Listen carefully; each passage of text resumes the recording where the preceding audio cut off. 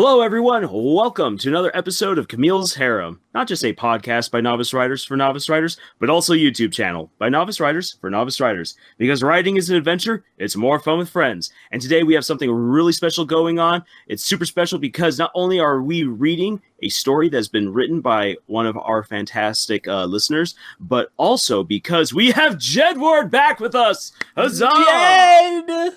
Praise the Jed. He has graced us with his appearance. Never doubt the Jed. You're too kind. Never doubt the Jed. Yes. So what we're going to be doing is this. Many of you have probably already forgotten or never heard this because it's been months ago. But at the beginning of the summer, I pitched a writing contest in which I invited people to write a short story in which they would write about someone encountering pizza for the very first time. This could either be someone, it's their very first time eating a slice of pizza. It could be aliens coming to Earth and people offer up pizza to them so that way they don't get vaporized, or a god descends from the heavens and eats pizza. Who knows? Like, it could be anything. And the people who did write stories and submitted them to us, we got a blend of everything. We got extra dimensional, we got otherworldly, we've got thriller, and we've got fan fiction. All going into the mix right here. And the story that we are going to read comes from a Reddit user, CJ Drake 10. And what they wrote is they wrote a thriller involving pizza. I am very excited about this.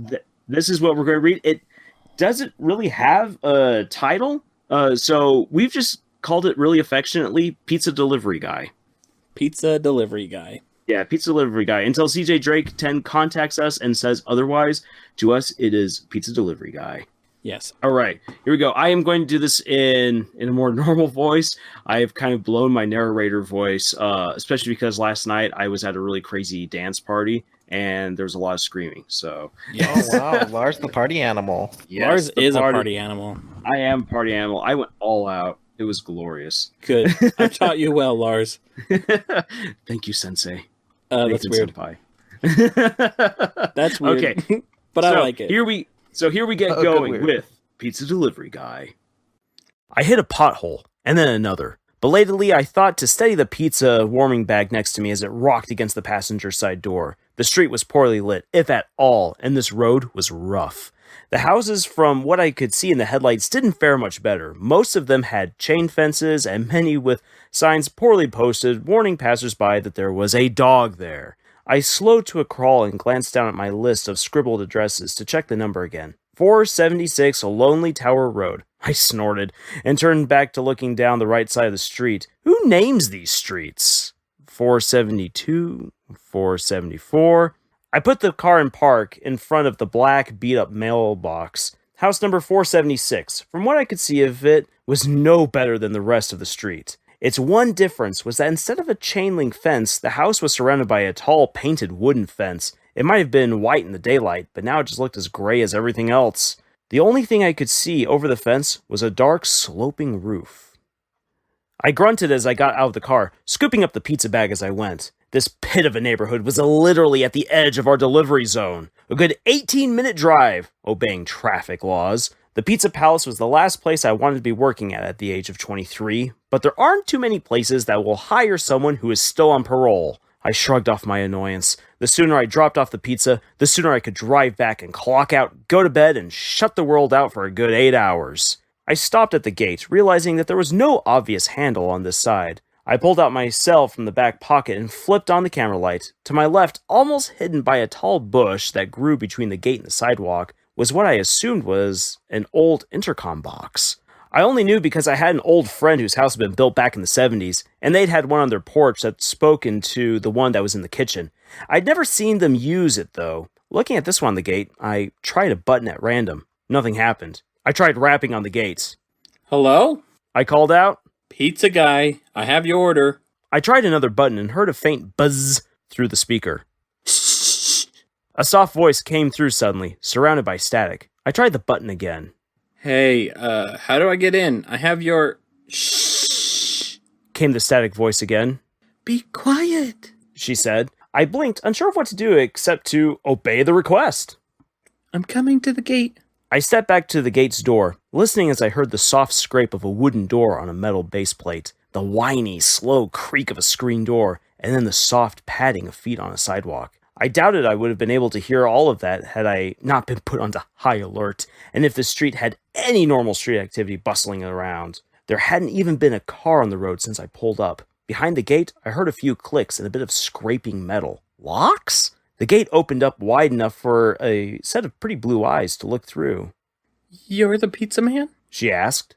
I stood there stupefied for a moment, hefting the pizza box as if I'd forgotten what I was doing. Yes, it's, here." I pulled the box from the bag as if offering proof. She opened the gate a little wider and reached for it, taking it into her small, pale hands. A few strands of brown hair fell across her face as she bent her nose closer to the box, taking in the smell of baked bread and pizza sauce. She was tall, a bit gangly, wrapped in a purple sweater that seemed too big for her. She glanced up, almost as if remembering I was still there, before murmuring a quiet, "Thank you," and closing the gate. I shook out of my fog quick enough to brace a hand on the gate before she could close it all the way. "It's $14.50. I said hurriedly. She looked at me through the gap. I thought it was 2019. We stared at each other for a moment. I squinted my eyes at her, trying to judge if she meant it as a joke, and she furrowed her brows in confusion. I meant dollars. The pizza cost $14.50. Oh. Her face fell. You need money. She hesitated, her blue eyes flashing back to the house. I can get some. Can you wait here? I shrugged. Where would I go? She slipped back inside the house, just as quiet as before. She was gone at least 5 minutes before I dared to slip into the front yard. I looked around. From the faint light of the half moon, I could make out a straight cement path that cut through a yard of dying grass. Gnomes, more than I could count, littered the yard. Finally, she came out from the house, still clutching the pizza box like she was afraid it would disappear if she let it go. On the top of the box was an odd little fuzzy purple wallet that matched her thin sweater. But somehow I didn't think it was hers. She handed it to me nervously. I held it, unsure of what to do. The money is in there, she said, gesturing. I quirked an eyebrow and let out a sigh, opening the small purse. Inside was a small collection of items. Chapstick, a Band-Aid, an ID card with a picture of an older woman with dark hair and vacant eyes, and 3 credit cards. No cash. I shook my head. There's nothing here, I said. Her eyebrows creased. Her eyes darted back to the house again as if expecting someone to run out any minute. She has cards. 3 of them. Yeah. I let out an exasperated grunt. I should have been back on the road by now. I wasn't paid enough to waste my night like this. But you should have given that information over the phone. It's cash unless you pay in advance. Oh, she said softly. She looked troubled. She paused, her bare toes flexing on the cement. She bounced nervously on the balls of her feet. Look, are your parents home? I asked, feeling weird to have to ask that of an adult. She looked to be not much younger than 20, but I could only assume that this tacky wallet belonged to her mother, or an aunt. Can you ask them for some cash? She shook her head wildly, putting her free hand to her forehead, her breathing coming out rapidly.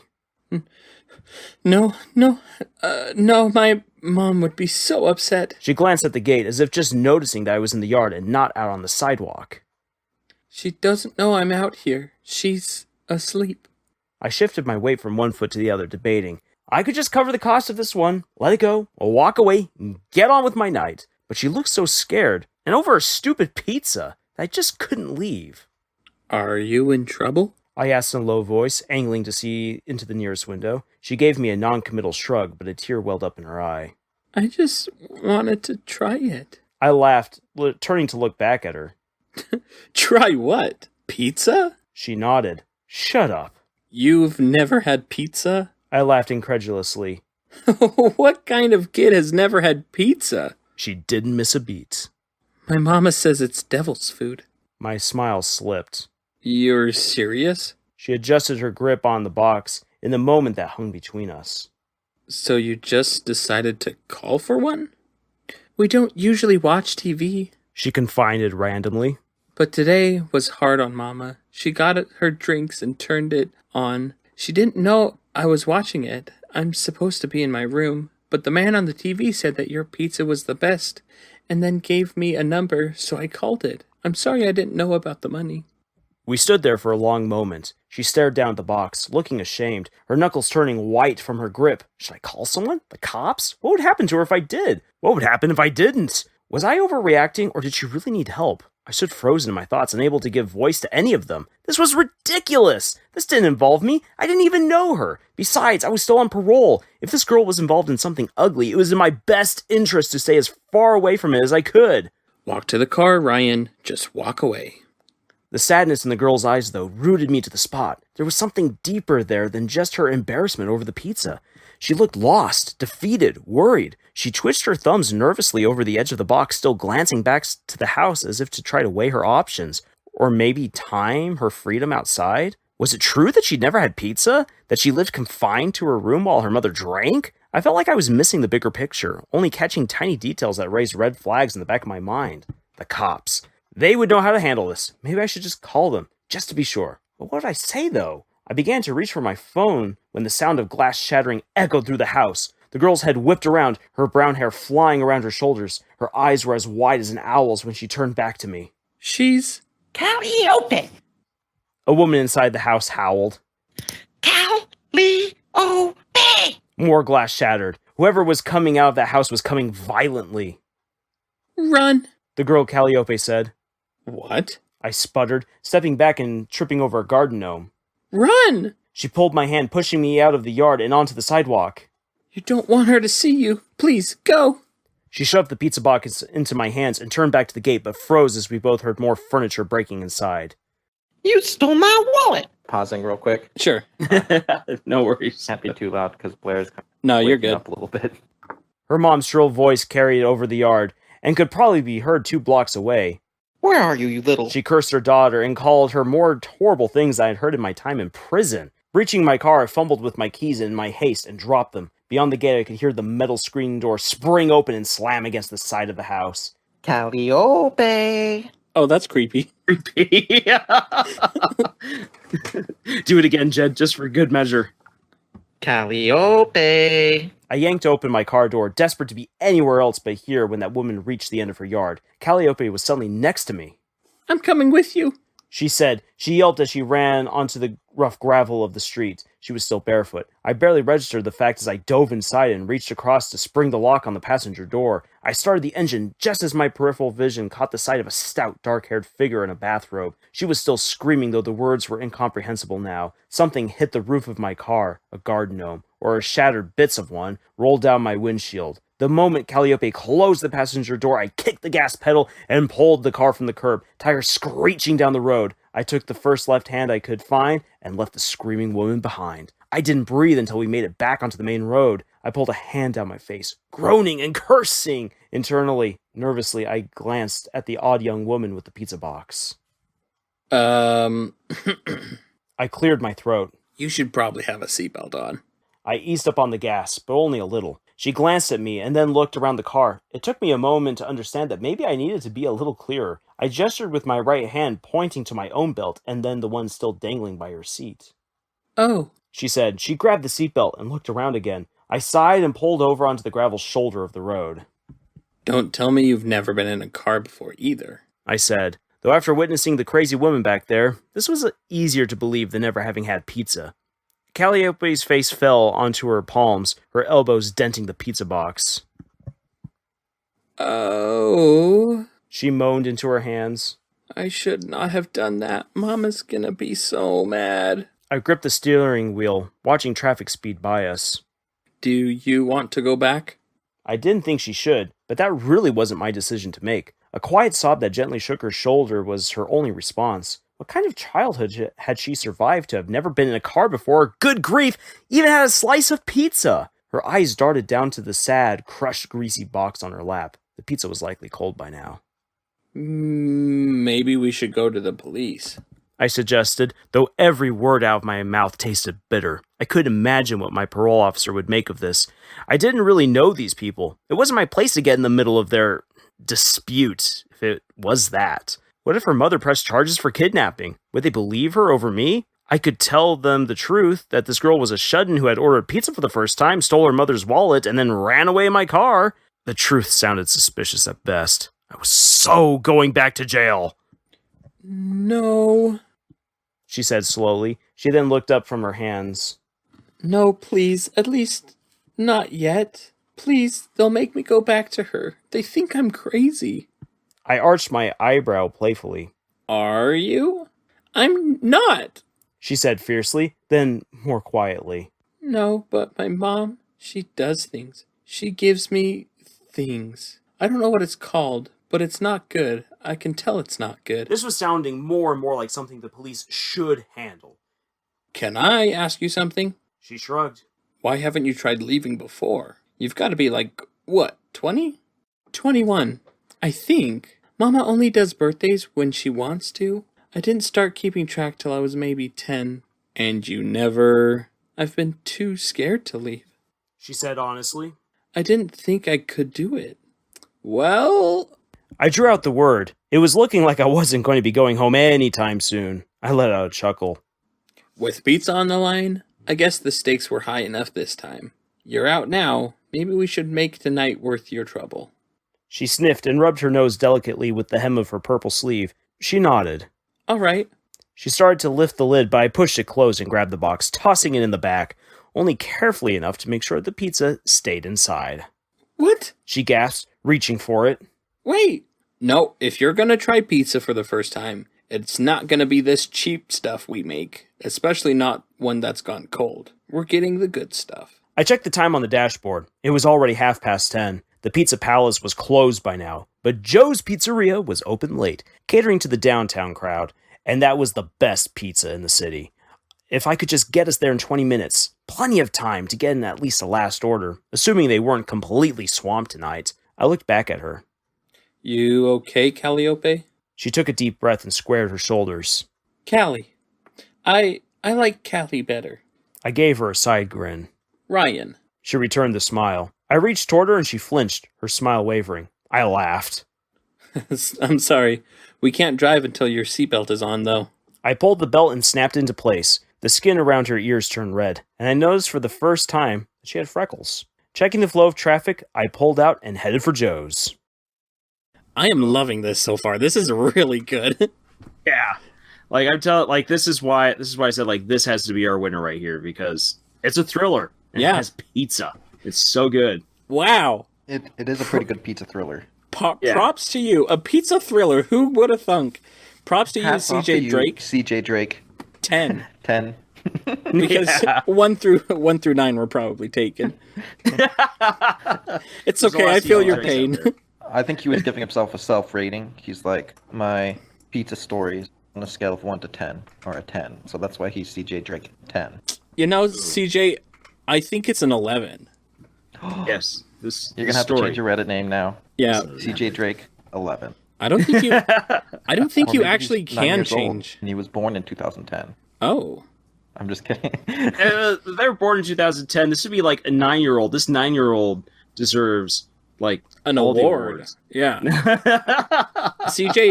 CJ Drake 10, if you're 9 years old, please contact us. We want to pay for all of your schooling so that you can become a professional author. Yes, with what little money we earn, we will do this. What little money, the $12 we have to spare, we will pay you to keep writing. Hey, it's one meal for a day. That's so. true. All right, back to the show. The restaurant was busy, but not more than for a usual Thursday night. Finding a spot to park was still a difficult matter, though. We'd have to walk a bit. I glanced at her feet. I'm sorry we didn't have a chance to grab you shoes. She shrugged. None of them fit me anyway. None of your shoes fit you? I asked. Oh, She blinked. all of them are my mom's shoes. They fit her just fine. I don't have any of my own. She says I don't need them. Right. I said slowly. Why get shoes for someone who never gets to leave the house? Well, it's a bit of a walk from here. Are you okay with walking? It'll be mostly on sidewalks. She nodded enthusiastically. Her mood had brightened significantly as we'd driven, and everything we'd passed along the way seemed to cause another round of oohs and wows. I got out of the car and raced around to get to her side to check to make sure there wasn't any broken glass or sharp rocks. When it was clear, I helped her out. Her blue eyes stared up at the tall buildings surrounding us, the light from the billboards lighting up her face in orange and blue hues. It's like 100 TVs. she said, completely awed. We made our way up to the sidewalk, passing by the late-night foot traffic. A few people eyed her feet curiously, but moved on without comment. A cop drove by, and I glanced at him nervously, suddenly wondering if Callie's mom had gotten a good look at my face, or my license plate. I cursed inwardly again. Are you okay? Callie asked. She was walking on the balls of her feet, avoiding anything suspicious on the sidewalk in front of her, but she was aware enough of her surroundings to notice that I had begun to fidget. I shook my head. It's right up here. With one last furtive look behind me, I opened the glass door and ushered her inside. It was warm inside, and the lights were made to match. Callie looked around at all the people at the small tables. It was casual enough. The wooden tables didn't sport any tablecloths or candles, but it was still a pretty cozy place. And it seemed a lot smaller suddenly with Callie next to me, and the thought of a cop lingering outside. 2, please. I told the girl at the desk. She took us to a booth by the window, and I gritted my teeth. Callie sat down across from me and pulled the tray of sugars and red pepper flakes towards her. She giggled at the tiny packets. I scanned the area outside the window. My car was too far down to see from here. Maybe that was a good thing. Thank you. Callie said suddenly, pulling my gaze from the window. Huh? Thank you. She said it again, fingering the salt packets. For this. She gestured to the restaurant, to the empty plate that sat waiting to be filled with pizza. What are strangers for? I joked. Her brow creased. What's wrong? You're a stranger, she said, as if just now realizing it. As if she was just now understanding the risks of getting into a car with someone she didn't know. But she leaned in like she was sharing a secret. Mama told me strangers were bad people. I nodded slowly. Well, yeah, sort of. I mean, there's a lot of good people out there too. Strangers are just people you don't know. Oh, well, I know you now. She considered me for a long moment. I don't think you're a bad person. I had started to take a sip of water, but paused before it reached my lips. I hesitated. I couldn't think of a whole lot in my life lately that would throw me into the good category. Sure, I was on the mend now, rebuilding my life the hard way, taking whatever lousy job I could get until my past was far enough behind me to actually do something with my life. But that past, as of right now, still felt like a fresh wound, raw to the touch, burning every time I thought about it. Maybe I'm not a bad person, I conceded. But I used to be. After a moment of thought, she said, I used to be trapped, and I did things I didn't like. My mama told me they were awful things. And I believed her, but I don't know now. Maybe you were just trapped too. I was so suddenly overcome by her words that I didn't notice when the waiter came to take our order. I had to blink for a moment to bring myself to hear what he was saying. Sorry, 1 small pepperoni original, 2 Cokes, I said. We'll start you off with the basics, I told her. Another waiter passed by with a large pizza, and Callie followed it with her nose. I've never smelled something so wonderful. Is there anything else you've never tried before? I asked. I mean, since we're crossing things off of our bucket list. What's a bucket list? She asked, sipping her water. It's like, well, to put it simply, it's a list of things you want to do before you die. I shrugged. Or in this case, before we get caught by the authorities. She looked confused. Are you in trouble? I chuckled darkly at my empty plate and rubbed a spot on my forehead. Yeah, I'm pretty sure I will be. Because of me? I took a long drink. She started to stand up, but I waved her down. It's okay. I didn't think about it until we got here, but your mom probably saw my license plate. If she reported you as kidnapped to the police. But you didn't kidnap me, she said. I ran away. With a guy you just met on your front lawn? They probably won't buy that. Callie sat back, looking as frustrated as I felt. Callie, it's okay, all right? We'll get your pizza, then we'll worry about it. I trailed off. We couldn't go to the police. Taking her home was out of the question. Where did that leave her? She didn't have own anything. No wallet, keys, bus pass, not to mention shoes. I thought about finding her a hotel for the night, but I wasn't sure I could afford more than one night. What about tomorrow? The pizza arrived on a silver tray just then, and the waitress who set it down between us did it with so much chatter that I couldn't do anything more than just stare at Callie. I was suddenly sure that I'd never been so worried for another person in my life. Finally, the waitress left.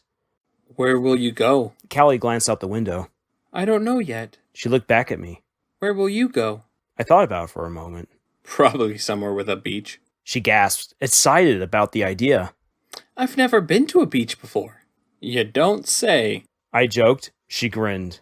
Now, eat this pizza before it gets... I choked on my words as I noticed an officer standing outside the window. He was trying to be inconspicuous, but I could see him talking on his radio, and he was staring right at Callie. His eyes flashed to me and narrowed.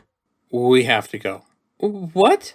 Callie looked out the window. I spoke rapidly, pretending to be interested in the menu on the table. Maybe the cop wasn't sure about us yet. There's a cop out there. He's staring at us. He's on his radio, probably calling for another cop to back him up. If your mom called the cops, they probably have your description. Then he's going to come in here any second, and if he does, I'm probably going to jail. I'm only out on parole. The look in her eyes told me that, even as a shut-in, she knew what that meant. It's okay if you want to stay. Just tell them the truth. Tell them you need help. I'm coming with you. What? From the corner of my eye, I could see the cop walking to the door, another one joining him from a patrol car that just pulled up. Are you sure? I glanced to her feet. Can you run? What do we do? Out the back door. We stood up and left the table quickly. They were coming for us. No need for stealth now. A waitress stopped us as we got just beyond the dining area. Sorry, I said. Where are the bathrooms? She gestured to a door near the kitchen. We aimed for it, but ducked into the kitchen at the last moment. Stop! A man bellowed behind us. We didn't listen. We bolted for the back door, past shouts of surprise and anger. The back door led us out to a small alley, and we darted for the street. The door banged open again just as we rounded the corner. I glanced at Callie to make sure she was keeping up, and noticed she had another pizza box in her arms. I laughed, and then coughed at the exertion of the run. You can't be serious. I gestured at the box. She laughed too, and pushed herself to keep up. We got close to my car before I realized that there was a boot on it. I skidded to a halt as more cops came into view. They were keeping an eye on the street, looking in the other direction. One of them glanced towards us, and as casually as I could, I threw my arm around Callie, and turned away from the cops. We sauntered down the street for as long as we could. I fought the urge to look back. Come on. I said, pulling her in the direction to the nearest metro station. We'll take the train. Down below the city, we slowed our pace. I glanced back several times, but I was pretty confident that we'd lost them. I bought us a couple of tickets for the train so that we could get... I bought us a couple of tickets for the train that would get us the closest to my neighborhood, though we'd still have to walk a few miles. The metal doors slid open with a whoosh, and Callie walked onto the subway train with as much awe as she had given the pizza and the billboards. We took seats at the back, and she opened up her box. I laughed harder than I'd done in a long time. All that, and you end up with this? She scrunched her nose. What's wrong with it? Whoever had ordered this pizza had no taste at all. I was surprised the restaurant's chef had even accepted the order in the first place. This pizza had mushrooms, pineapple, and sausage. At least there was still mozzarella and marinara, but it was salvageable. I reached in to pluck some of the toppings off, but Callie had already scooped up a slice. Without a moment's hesitation, she bit into the slice, and a bit of sauce covered her mouth at the corner. Well? I asked, too invested and curious now to do anything but observe her reaction. What do you think? She closed her eyes, chewing slowly, thoughtfully. She swallowed, moaned happily, and immediately took 3 more bites before she glanced up and paused, as if realizing I was still there watching her. She blushed but kept on eating. Only when she'd finished up the slice did she pause to respond. That was the most amazing thing I've ever tasted. I don't have words. Her eyes were lit up in a way that made her whole face seem to shine. She smiled from ear to ear. Well, I'm sorry that the circumstances weren't what they could have been. I said. No! She cried, happily. No, this was the best. I've never... Her eyes danced, and she leaned in just then and kissed me. I hesitated, surprised at first, but then kissed her back. When she pulled away, she smiled again. I've never done that before either. Another thing to check off the bucket list? I teased. I couldn't help but match her smile. Well, was the kiss as good as the pizza? She bit her lip, still smiling. Almost. She picked up another slice and took a bite. Wow, that was so good! Good job, guys. Yeah, and thank you, I Jed. feel like your guys' epic readings have gotten a lot better too, and it helped that our hero CJ Drake 10 knows grammar. Yes. Oh, thank you. Thank you for amazing grammar. We're so used to reading terrible fanfics, I know. which almost always have bad grammar. This is a great turn of... When you What's the I word always I'm thought looking Nate for? was just terrible at reading, but I realize now that his dyslexia is not as bad when you have real grammar and you aren't correcting everything as you go. Yeah. Yeah. I mean, yeah, my dyslexia is pretty bad, but it definitely helps to have good grammar. CJ Box? Wow, that's not who you are. You could be. I believe in you, CJ Drake. You could be the next CJ Box. CJ Drake 10, awesome job, by the way. This was fantastic. Keep it up, dude. You got a promising future. Yeah, I mean, this as a 9-year-old, he's really writing stuff. Yeah. No kidding. Yeah, after this right here, I mean, it's a short story, and where it ends, like it's got a perfect ending. But like you want more. You're just like, okay, so where are we going next? Actually, well, when I first read this, I don't know about you guys, but like I was picturing something kind of like a cop series, like in the back of my mind, where it's just like you would like on one side you'd have like the CSI or the cops, whoever, trying to find this guy, but then we have the true story right here of a pizza guy on parole who just ends up being the good Samaritan at the right place at the right time to save Callie, whose mother is a monster. And I was just like, this could be made into a TV episode right here, and it would be fantastic. Yeah. Flash forward 10 years, and they're serving pizza in Venezuela. Oh. Yeah, I want to know. So let's actually talk about this for a second. Like, Okay. you, CJ Drake. I'm just gonna call you CJ Drake. I'm not gonna put the 10 because that's not that it's more of a mouthful, but simplicity, right? Yeah. CJ. That's what I'm gonna call you. Actually, I'm just gonna call you CJ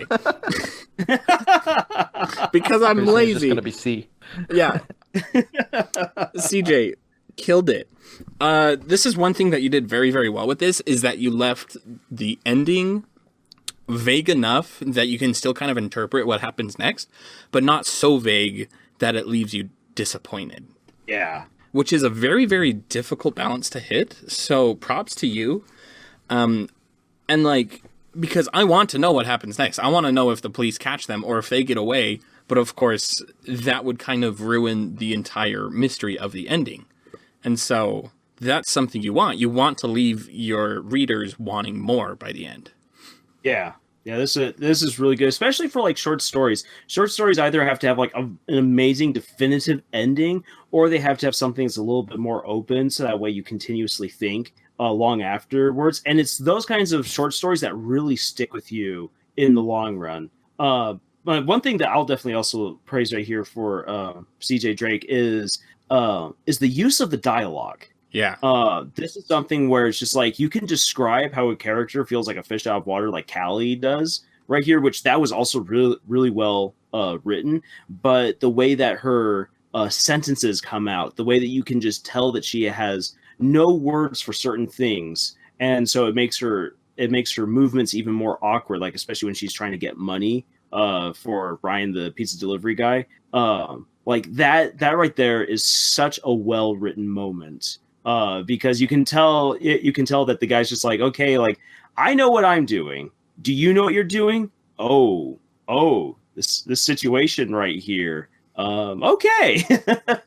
Like I can feel it. I've never been in this kind of situation myself before, but I could feel it. That was the brilliance of the dialogue meshed with the description. Yeah. I think Yeah. if you want to look at like a very well written example of just that, in the book Educated by Tara Westover, which is a memoir, so it's a true story, and I actually got a little bit of like those vibes from reading this. By the way, if you haven't read Educated, highly recommend it. It is bonkers, stranger than fiction.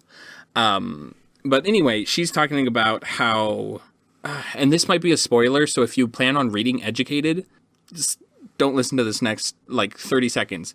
But in Educated, she's talking about when she finally, because she was homeschooled, which meant that she didn't have any schooling, but she ended up getting a scholarship to BYU. And so when she's at BYU, she's learning about a certain event that happened in the past. And she raises her hand and she says, I don't know what this word is. And the entire class is just dead silent. And she's talking about like, how, and everybody's just like looking at her like she's a freak. And she's like, saying to herself, she's like, I know I'm a freak, but how did they know I was a freak? And then she later goes to the computers at BYU and looks up the word Holocaust because she had never even heard of it before. She couldn't even fathom the idea of the Holocaust. And so learning about that for the first time, like something that is so common knowledge, just paints her as a freak, you know? And it's those little things that you got to, if you're writing a character like this, who is a fish out of water, it's the very simple things, the things that we take for granted that you have to really capitalize on, really show. For example, the difference between cash and a debit card. Like, it seems so straightforward. Like, you pay with cash and it's physical. Oh, excuse me. You pay with cash and it's physical money, or you can pay with a card, but that's not actually a physical monetary transaction. It's more of a trust-based transaction. Whereas somebody who didn't know that, somebody who is totally sheltered, doesn't have that same understanding. And so, excellent job, CJ. Yeah. As somebody who reads the news, no, I won't say a lot. I won't say I'm super informed, but I just felt like it was kind of interesting and relevant because, like, I feel like every year or so there is a pizza delivery guy that, like, saves people from a certain situation, or like they order pizza and in the description they say "send help, please," or like different things. So that was interesting. But like the one part that was like a twist in this story was like, why are the police sending Calliope back to her mother? And like, what's going on? Because there's also like another thing that happened where there was like these parents that had 11 kids like chained up in their house, and their 21-year-old escaped, or I'm not sure how old she was, but she looked like she was 15 because she had been malnourished and was just kind of small. So like, I don't know, it was kind of like scary how plausible I guess this was. Yeah. It very well is plausible. And you think when it comes to pizza, everybody's had pizza. But this kind of stuff actually does happen. And that's another thing that makes it so thrilling, is that, yeah, this is not far outside the realm of possibilities, you know? There is that potential, not just like we laugh and we joke, just much like Ryan. It's like, you've never had pizza, but there are situations where people have been deprived and been abused, and that's one of the things that I said, like, this makes it a thriller. It makes it a thriller because this is something that could very well be based in some sort of reality. And I know this is kind of like tiptoeing a little bit away from what we've just read, but that's one of the reasons why, for instance, the books from some of the books from Dan Brown, such as Angels and Demons, the Da Vinci Code, and the Lost Symbol, why they can feel absolutely thrilling is because you can believe that there are nut jobs who buy into some of these crazy theories that are leading people to do these crazy murders, yet none of these murders are so over the top that you couldn't see it actually happening, and real places, real events, and real history are being brought in to create this larger than life kind of a story. And so you honestly feel like you're reading something that could actually happen, even though, yeah, it probably wouldn't. But this story right here is more striking because, as Jed said, like, you've come across stories like these in the news. And so to kind of be put into the seat of the man who is living through this in the moment, that does make it feel very heart pumping with you if you read it. And for our listeners right here, I will have a link to this story in the description, in the video description. So that way you can go and you can read through it yourself and just be like, wow, this is really awesome, and have a chance to appreciate the work for yourself, as well as see the other submissions that we got during the contest. Yeah, check out. There's a lot of other ones, and they were all really, really good. I'm really impressed with all the ones that I read. So props all around. But CJ, wow, that you nailed it with that one. 10 out of 10, 11 out of 10. Change your name to 11. DJ Drake 11. I don't think you can actually change. There it came out. Finally. There it came out. I don't think you can actually change your name on Reddit, which is disappointing. But hey, we can dream. Yeah, I can dream, Harold. Well, anything else you want to touch base on this? Oh, I think that we've given this story really its due praise, and seriously, go read this for yourself. Enjoy it. It is fantastic. Yeah. And CJ Drake, we hope that you continue to write more, and that you not only share it with us, but that you share it with the world, because this is some great writing, and we need more of it. Yeah. All right. Well, Well, thanks, guys. Well, thank you, Jed, for joining us. And thank Yeah. you, everyone else listening. All 6 lines. All 6 lines. Yeah, I feel kind of bad. I ended up with all the speaking lines. No, it's okay. Oh, well. You did very well at having conversations yourself. I know. I always feel self-conscious about that. So yeah, that's going to do it for us today with this video. If you liked what you heard, please give us a like. Please consider subscribing. We would love to have more people be a part of this amazing adventure that we call novice writing. And in the meantime, please go check us out on Podbean, iTunes, and Google Play, where you will find full episodes on our podcast where we do epic readings of terrible fanfics, which are also enjoyable, but not as great as what we just read. And we also then have discussions about what we've been doing with our own writing, as well as certain roadblocks that we have found that many novice writers confront. So those are things that we do over at our podcast. You can be part of some of our writing discussions over at our subreddit, and you can check out some of our... Yeah. Please do head over to our subreddit. You can... Camille's Harem was always meant to be a writing group, and... like we say in each of the episodes of our podcast, that writing is an adventure and it's more fun with friends. So we want you to join in on us in our adventure. We all know how hard it is to write without a writing group. That's why we made Camille's Harem, is to have you guys join us as the writing group.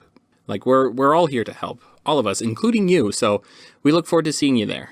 Yeah, exactly. Yeah, we're all one big good writing group. And if you'd like to get some inspiration, or if you want to try to improve your writing, Camille's already put up some really great writing exercises up at our Pinterest. And if you would like us to do some epic readings of not just bad fanfics, but also maybe of some really great stories that you've come across, please send us links to those. You can do that either through our subreddit, or you can tweet at us at Camille's Harem. We would love to hear from you. And so thank you very much. We hope to hear from you guys soon. And until the next video, y'all, cheers. Bye-bye. Jedward signing off. Aww.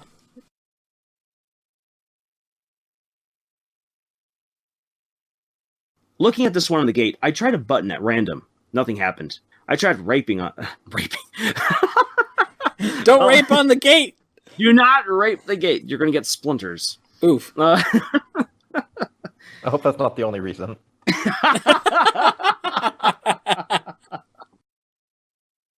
None of your food... None of your foos you.